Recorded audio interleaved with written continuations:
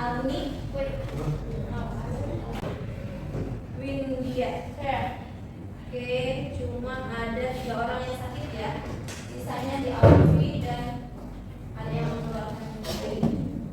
Oke, hari ini sudah siap untuk belajar sosiologi? Masih belum mengawali kegiatan pembelajaran sosiologi, Ibu akan kasih ice breaking supaya tambah semangat ya. Hari ini bisa tanya hari apa?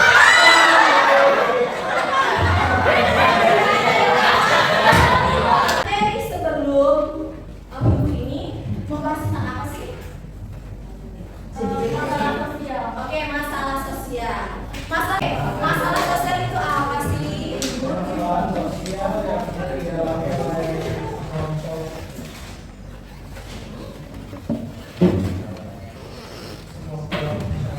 Oke, masalah sosial adalah permasalahan yang dialami oleh sekelompok masyarakat atau sekelompok orang di dalamnya, ya. Oke, kira-kira masalah sosial itu terjadi karena apa?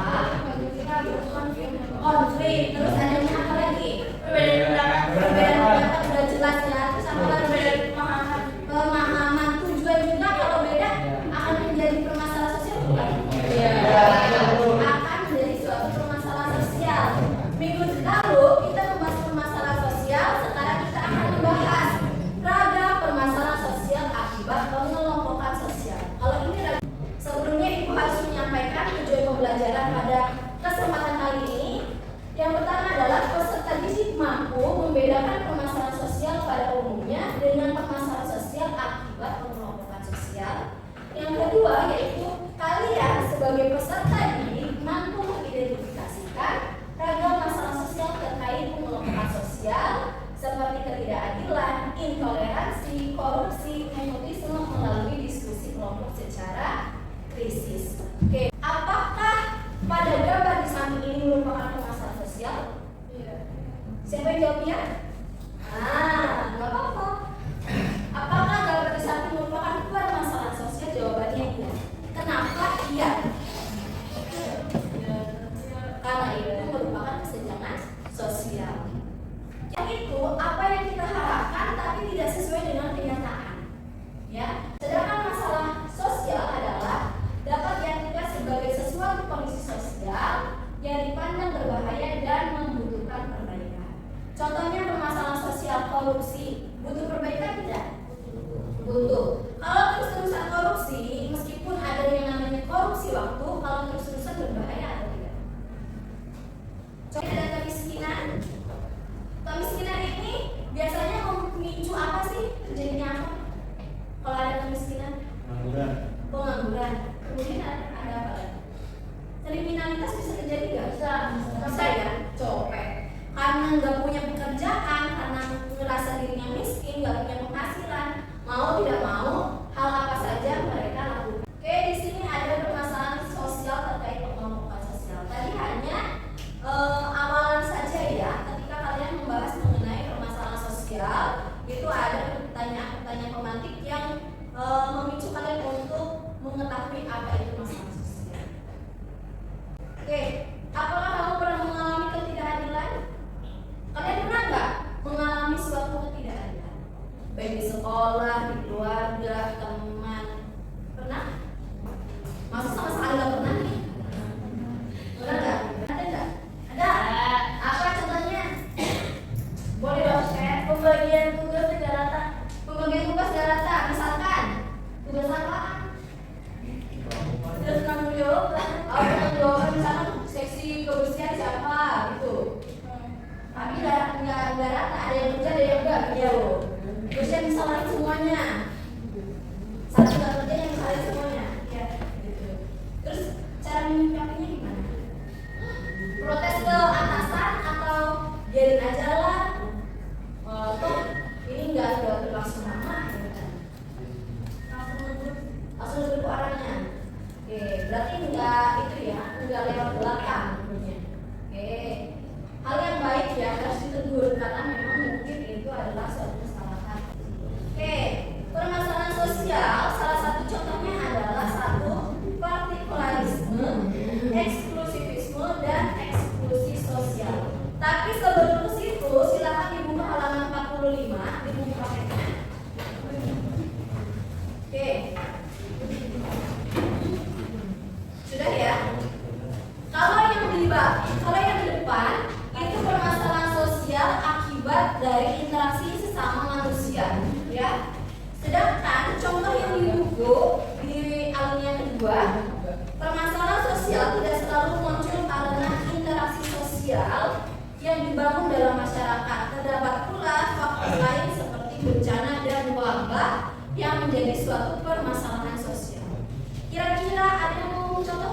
tidak?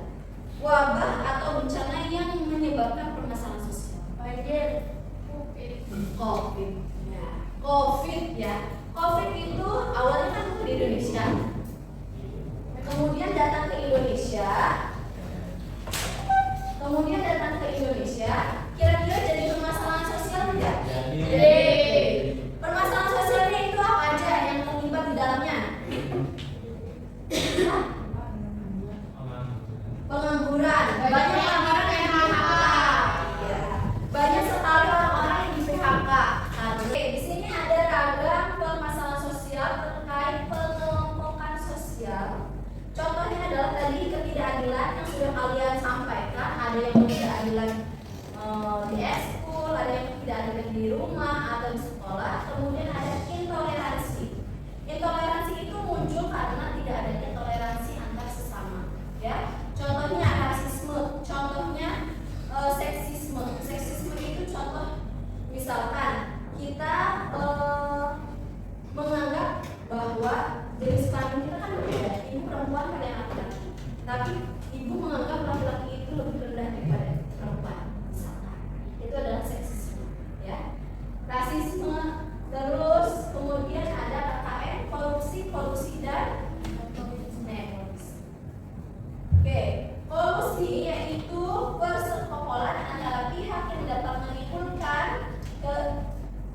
kerugian bagi masyarakat dan negara. Ya, kalau nepotisme perilaku mengemaskan keluarga saudara atau teman di atas kepentingan umum.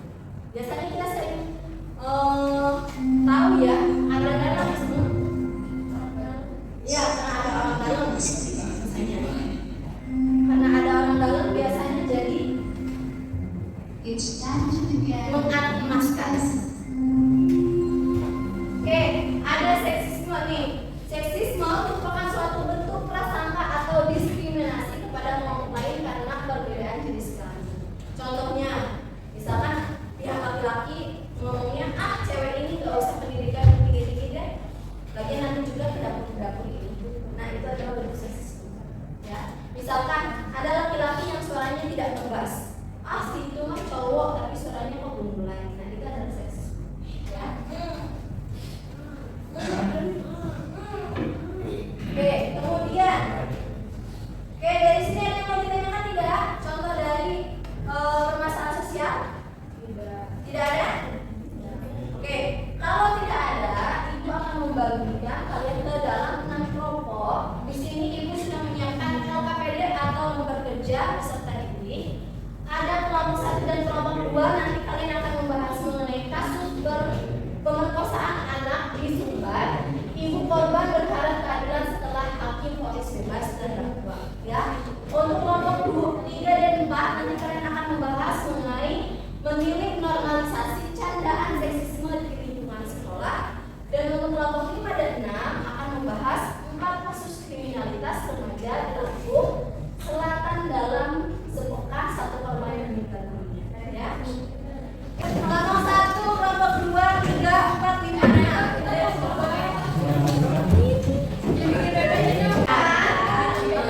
Silakan kalian kerjakan. Ibu kasih waktu 30 menit. Kemudian nanti dipresentasikan hasil jawaban yang kalian sudah tuliskan di atas APK tersebut. Ya. Jika ada yang mau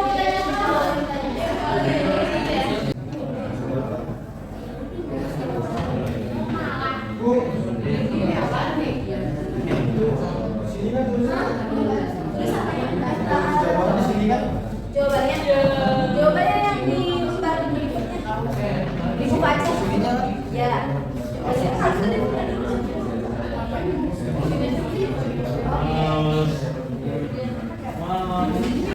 Kasus pertama, silakan baca kelompok 2. Kita di sini kita mau memaparkan hasil dari diskusi kita sebelumnya. Kita memperkenalkan dulu, memperkenalkan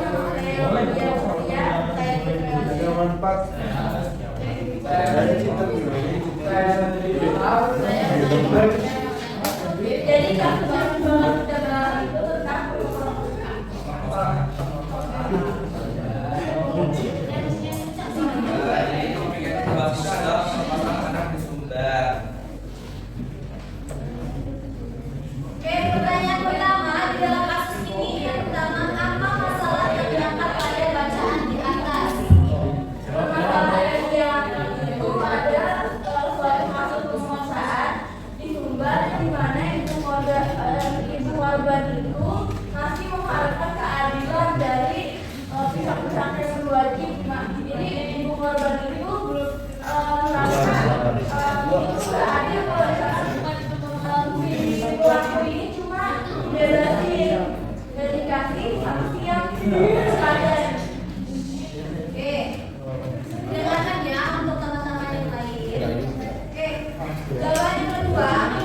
masih banyak kasus yang mengalami hambatan keadilan, termasuk pada pemeriksaan di atas.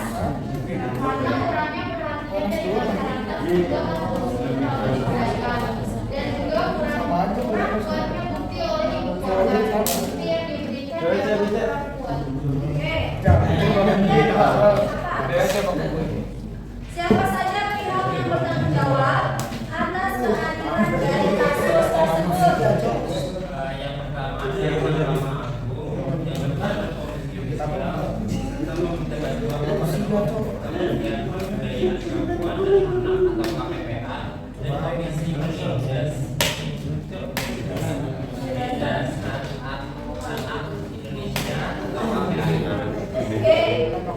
Mengapa hukuman yang ditetapkan hakim terkesan berat pada soal 4?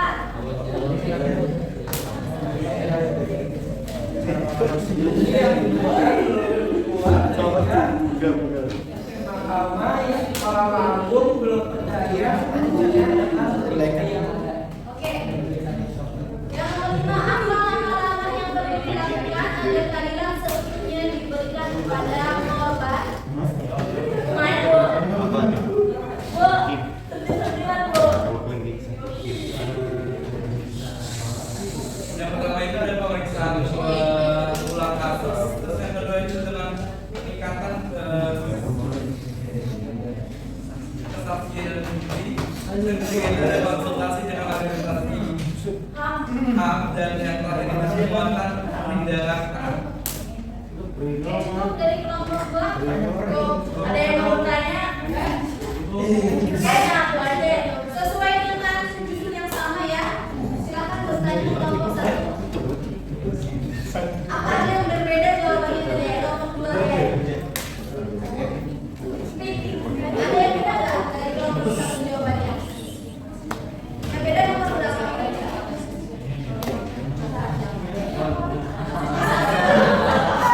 Ya, kalau satu dan dua sama. Kira-kira ada jawaban yang beda atau sama?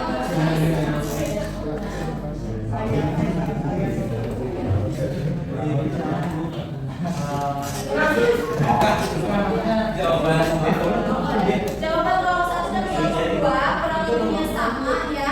Oke, untuk teman-teman semuanya ada yang mau ditanyakan dari kasus kelompok 2 mengenai pemerkosaan yang tidak ada keadilan bagi pihak korban. Tapi biasanya ya sekarang itu berita atau ketidakadilan supaya dapat keadilan itu harus diakui dulu ya. Ya Bu, ada penyerahan ya. Harus menyerah dulu biasanya baru bisa ditindak lanjuti. Kalau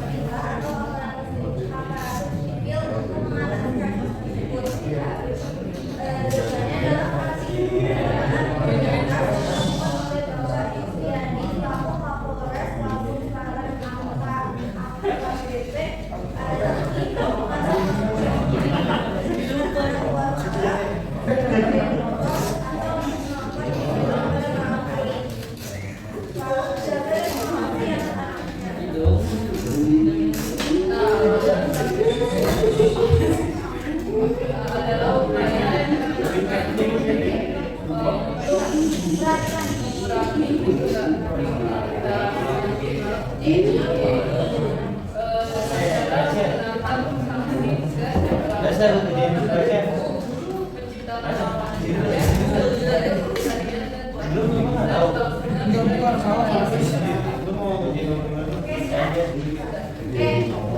kelompok 6 jawabannya apakah sama? Masih enggak ya? Beda? Jawaban nomor 1 kira-kira di situ apa peran kedua orang tua dalam kasus ini? Peran pentingnya apa? Kurang lebih sama sih Bu, hampir sama, kayak menjaga mengawasi pergerakan kemana pergi, lebih waspada, kemana pergi, memberikan waktu bermain anak kedua Oh, lebih terbatas, maksudnya biar bisa dikontrol juga ya. Maksudnya biar tidak kelayapan, orang tua malah nggak tahu anaknya gimana di luar. Ya, harus ada batasan tertentu ya. Oh, harus jelas mau pergi kemana. Terus ya, itu apa langkah yang bisa dilakukan pemerintah? Bagaimana upaya yang menerima?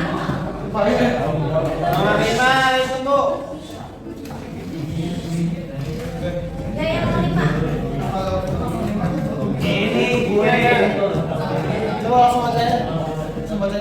Apa kira-kira?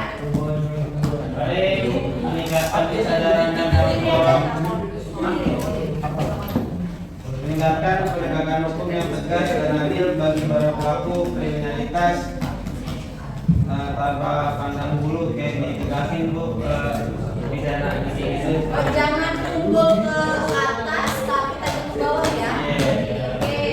Terus Ada lagi yang ingin bertanya untuk kelompok 5? Sit down. Tidak ada? Oke, kalau tidak ada silakan tepuk tangan untuk kelompok 5.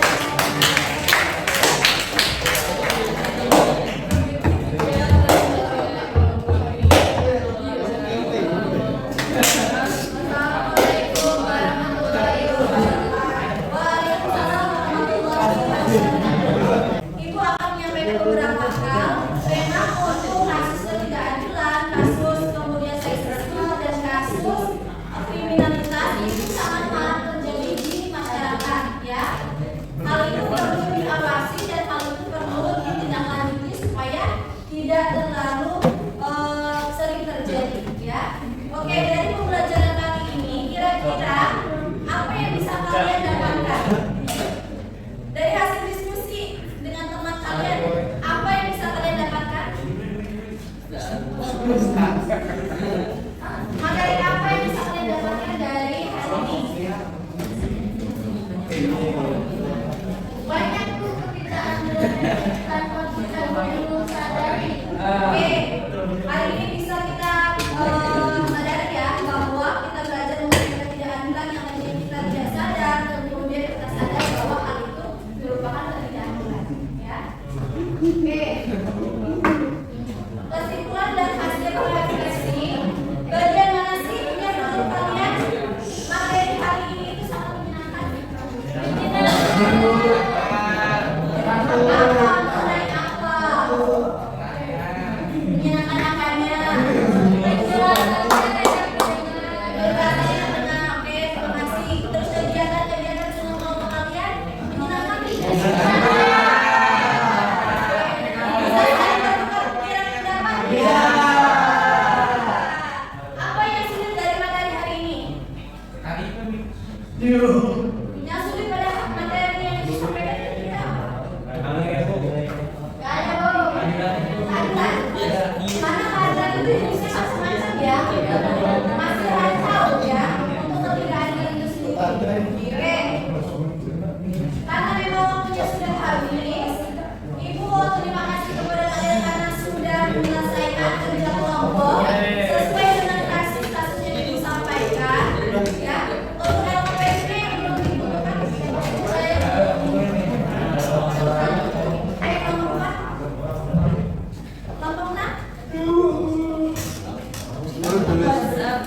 Indonesia.